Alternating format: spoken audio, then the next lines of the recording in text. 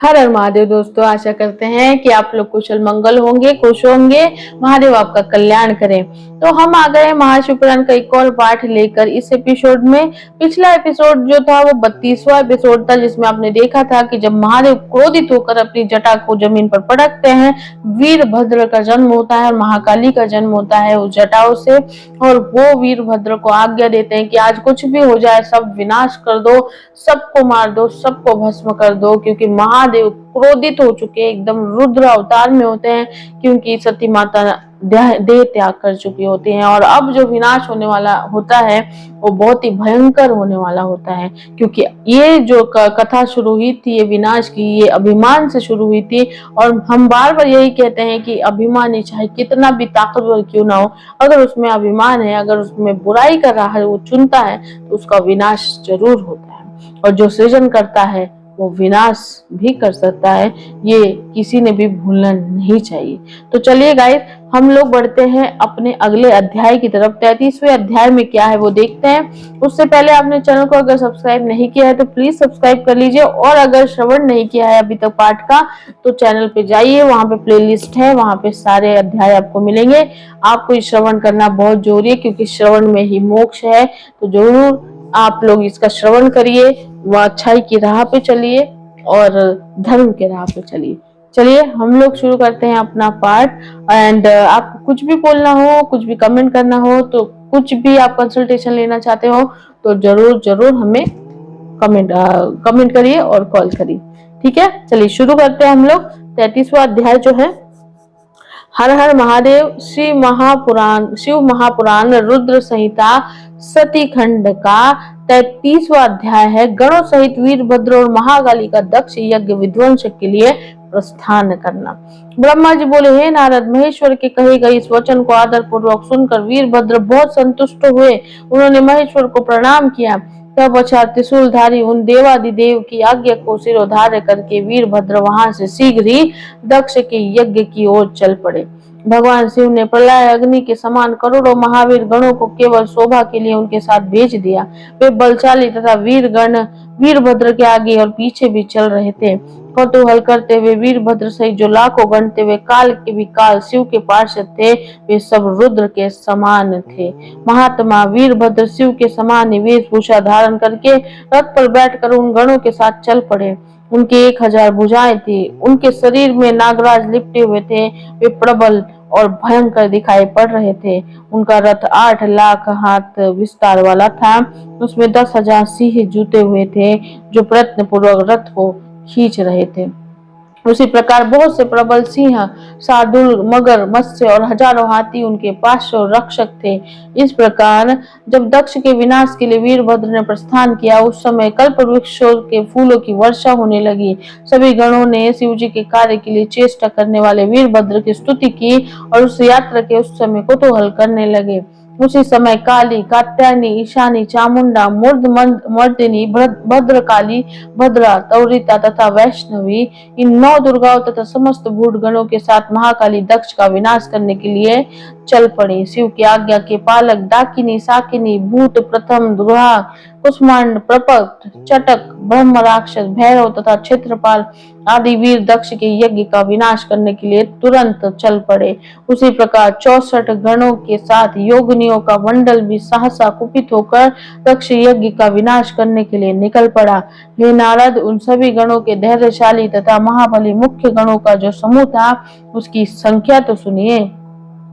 सकुकर्ण नामक गणेश्वर 10 करोड़ गणों के साथ, केकराज 10 करोड़ गणों के साथ तथा विकृत 8 करोड़ गणों के साथ चल पड़े।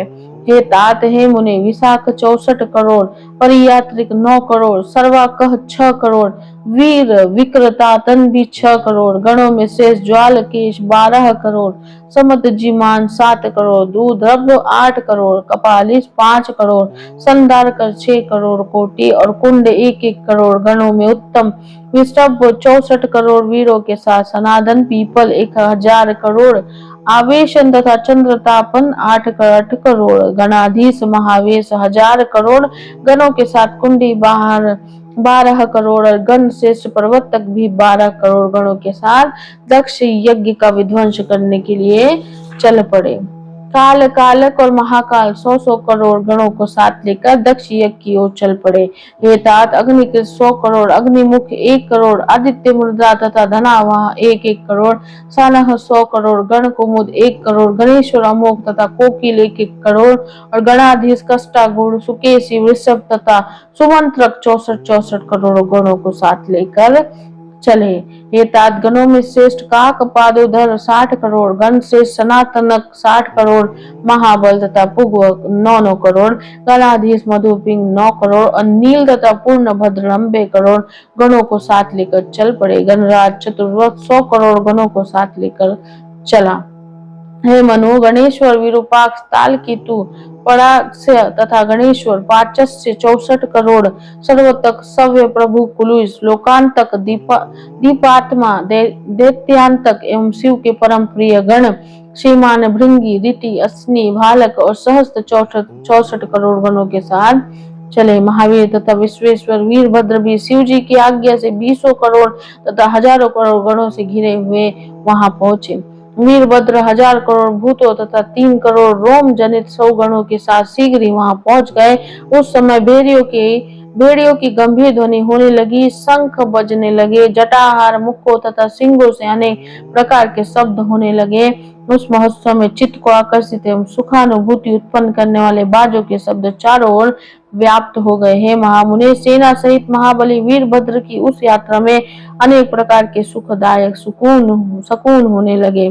इस प्रकार से शिव महापुराण के अंतर्गत द्वितीय रुद्र संहिता द्वितीय सती खंड में वीरभद्र की यात्रा का वर्णन नामक 33वां अध्याय पूर्ण हुआ। हर हर शंभो, हर हर महादेव। दोस्तों, ये था 33वां अध्याय जिसमें वर्णन किया गया था कि जब वीरभद्र जो है उन्हें आज्ञा मिलती है महादेव से कि जाओ विध्वंस कर दो, वो निकल पड़ते हैं। लेकिन वो अपने आप में ही काफी थे, लेकिन फिर भी महादेव ने उनके साथ गणों को भेजा और जो जो महादेव के गण थे करोड़ों में योजनों में वो सब भी वीरभद्र के साथ हो गए, क्योंकि महादेव के तो फॉलोअर्स बहुत ही थे।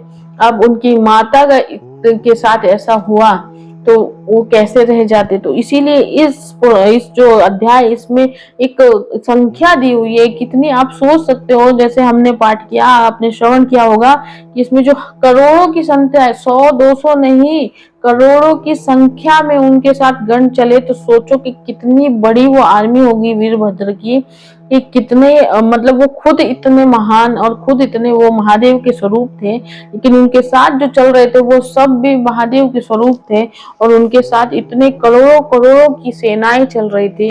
तो मतलब कितना बड़ा विध्वंस होने वाला था, कितना विनाश होने वाला था। मतलब धरती पूरी तरह से विनाश होने वाली थी, क्योंकि अब जो विनाश था आकाशवाणी ने पहले ही बताया था कि वो रुक नहीं सकता। तो ये आपने 33वें अध्याय में देखा। अब हम देखेंगे अगले अध्याय में आगे क्या हुआ सतीखंड में। लेकिन इस सब चीजों से यही पता चलता है, और हम हमेशा कहते हैं कि ये जो सेनाएं हैं, ये जो घटना हुई, ये घटना का मूल जो था वो था अहंकार। अहंकार ने ही इस चीज को जन्म दिया। महादेव रुद्र अवतार है, वो विनाशक कहते हैं उन्हें, लेकिन सृजनकर्ता भी वही है। उन्होंने सृष्टि की रचना की, उन्होंने ये इंसान बनाया, उन्होंने सब कुछ बनाया। ये धरती, प्रकृति माता ने, महादेव ने मिलकर ये सारी सृष्टि का निर्माण किया। बहुत ही सुंदर तरीके से, बहुत ही भावनात्मक तौर पर उन्होंने इंसान को बनाया। लेकिन इंसान ने क्या किया? इंसान ने सारी भावनाओं को छोड़कर अब वो क्या कर रहा है? आप देखिए, इंसान बुराई की नजरों में जा रहा है, बुराई के राह पे चल रहा है, किसी का बुरा कर रहा है, किसी को बुरा बोल रहा है, लालच में आके, ईर्ष्या में आके किसी को लूट रहा है, अहंकार में आके किसी को मार रहा है, इतनी छोटी छोटी बातों पर अपने आप को साबित कर रहा है, बहुत कुछ कर रहा है इंसान। भगवान ने इंसान को दिमाग दिया इसीलिए कि वो अपने आप को ग्रो कर पाए। आप जानते भी होंगे, महादेव का सबसे सुंदर, महादेव यानी कि सृष्टि का सबसे सुंदर क्रिएशन इंसान है। उन्होंने इंसान को सोचने समझने की बुद्धि दी। 84 लाख जन्मों में 4 लाख जन्म इंसान के होते हैं। उससे पहले हम इतने जन्म जी कर आए होते हैं, तब जाकर हमें इंसानी जन्म मिलता है।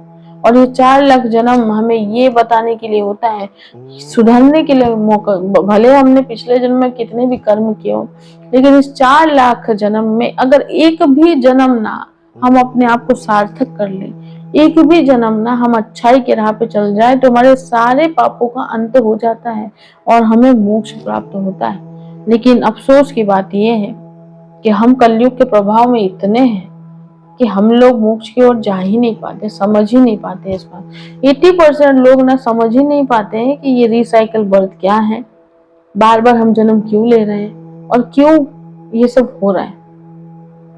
क्योंकि आप वो नहीं कर रहे हैं जो आपको करना चाहिए। जो कार्य देकर आपको भेजा गया आप वो ही नहीं कर रहे, उसको छोड़कर आप सब कुछ कर रहे हैं। यही एक कंफ्यूजन है इंसान को, जिसकी वजह से उसे मोक्ष नहीं मिल पाता। खैर, ये सब तो बात तब समझ में आएगी लोगों को जब वो अच्छाई की राह पे, अध्यात्म की राह पे चलेंगे। तो इन सब चीजों से हमारा यही प्रयत्न है कि आप अध्यात्म की राह को समझें। अध्यात्म का मतलब ये नहीं है कि आप 24 घंटे भगवान का नाम ले, आप मंदिर जाएं, आप फूल चढ़ाएं, आप सोना चढ़ाएं, आप चांदी चढ़ाएं। अध्यात्म का मतलब है आप अपने आप से मिले, और जिस दिन आप अपने आप से मिल लेते हैं उस दिन आप महादेव से मिल लेते हैं। हर शरीर में, हर कण में महादेव बसते हैं, उनसे ही आप सृजन हुए। तो जब आप अपने आप को पहचान लेते हैं तब आप उनसे मिल जाते हैं, और जब आप उनसे मिल जाते हैं तो दुनिया में आप उनसे विलीन हो जाते हैं। फिर आपको जन्म लेने की जरूरत नहीं पड़ती। पर ये समझना, ये करना बहुत मुश्किल, लेकिन इतना आसान भी नहीं है और इतना मुश्किल भी नहीं है और नामुमकिन भी नहीं। हम ये कर सकते हैं। तो चलिए, हम मिलते हैं आपको अगले एपिसोड में। आप लोग सब्सक्राइब किए बिना मत जाइएगा, क्योंकि इसी प्लेटफॉर्म पे आपको एस्ट्रो, वास्तु, कंसल्टेशन, आपको सब कुछ मिलता है, अध्यात्म, मोक्ष, पुराण, सब कुछ। तो सब्सक्राइब जरूर करिएगा, लाइक, शेयर, कमेंट जरूर करिएगा और अध्याय का श्रवण जरूर करिएगा। हम मिलेंगे आपसे अगले एपिसोड में अगले अध्याय के साथ। हर हर महादेव।